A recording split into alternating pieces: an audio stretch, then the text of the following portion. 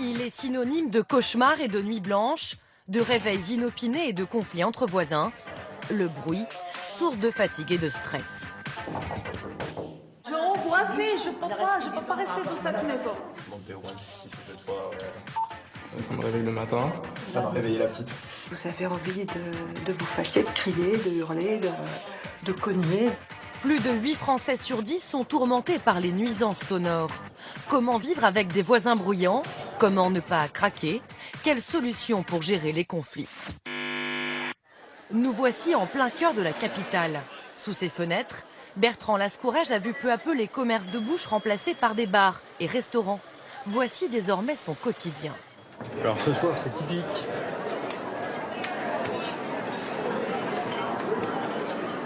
Voilà le niveau de bruit qu'on a dès qu'on ouvre la fenêtre. On a le bruit de la soirée, on a le bruit du rangement en fin de soirée, on a le ramassage des ordures. J'imaginais bien que 3-4 restaurants, c'est pas 2 poubelles, c'est plusieurs dizaines de poubelles. À sa fenêtre, le son peut frôler les 85 décibels. L'équivalent, écoutez, d'un camion qui roule à 50 km/h. Or, pour bien dormir, l'Organisation mondiale de la santé recommande un niveau sonore de 30 décibels, soit des discussions proches de chuchotements. Mais la perception et la tolérance au bruit sont subjectives. Cette tolérance, Christiane Laurent ne l'a plus. Dans son appartement, elle entend tous les jours un voisin jouer du piano. Là, je note un mercredi 3h30 de piano, le jeudi 2h25. Des notes presque imperceptibles, mais récurrentes, qui lui font vivre un enfer depuis 4 ans. C'est la répétition qui m'use. C'est pas forcément l'intensité ou le niveau sonore, mais c'est le fait que je sais quand ça commence, je ne sais absolument pas quand ça va s'arrêter. Pourtant, sa voisine du dessus tente de réduire les bruits. Moi, je fais les efforts jamais. Et ça, c'était pour acoustique, pour comment dire, atténuer le bruit. Voilà, c'est ça. Vous pouvez toucher et puis là, je mets des couvertures beaucoup et puis derrière. Pour vraiment Voilà. faire le moins de bruit Voilà, possible. c'est ça. D'accord.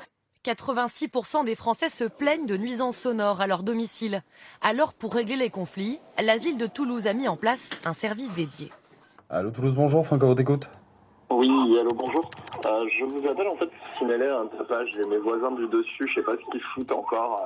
En fait, c'est des habitués du dubstep et ils connaissent pas le concept de pas utiliser les basses en fait. Et du coup, ils nous ont réveillé la petite. C'est une habitude en fait là. Quelques minutes plus tard, ce sont des agents de la police municipale qui sont envoyés sur place. Ce père d'un nourrisson se plaint du bruit causé par ses voisins. Très bien, donc on va pénétrer dans les parties communes avec vous. Après, on vous laissera rentrer tranquillement chez vous pour que vous n'ayez pas de soucis avec vos voisins. Mais lors de l'arrivée des forces de l'ordre, le bruit a cessé. Bonsoir monsieur, la police municipale. Nous intervenons à la demande d'un requérant qui nous a Le policier ne fait alors qu'un la rappel réglementation. à la loi. Vous savez que le tapage nocturne existe, c'est une amende de 3e classe qui peut très bien aller de 68 € à 450 €. Hein. D'accord. Ces visites sont dissuasives. Elles permettent de réduire les troubles du voisinage. En 2015, pas moins de 9068 tapages nocturnes ont été signalés dans la France entière. Alors, quelle solution pour éviter les procédures judiciaires? Donc, nous ne sommes pas devant un tribunal, nous sommes dans le cadre du dialogue. À Ivry, Prince Kitamo a un rôle de médiateur. Il doit gérer les conflits d'un groupement de 8000 logements et le bruit est un problème récurrent. Le matin à 7h, je me fais réveiller par une dame qui apparemment habite chez vous. Je l'entends crier dès le matin. Ce qui me dérange, c'est l'accumulation. C'est le fait qu'on me réveille le soir et le matin, plus l'accumulation des bruits de manière globale. La conciliation renoue le dialogue en quelques minutes. Donnez votre version du fait, comment ça se passe chez vous? Je sais pas, moi, c'est vrai que je suis malentendant, j'ai une tendance à hausser le ton parce que je parle, je suis obligé. Résultat, les deux parties promettent de faire des efforts. Intensité, fréquence, durée, s'ils sont récurrents, les bruits peuvent induire à la longue un état de fatigue, voire d'épuisement.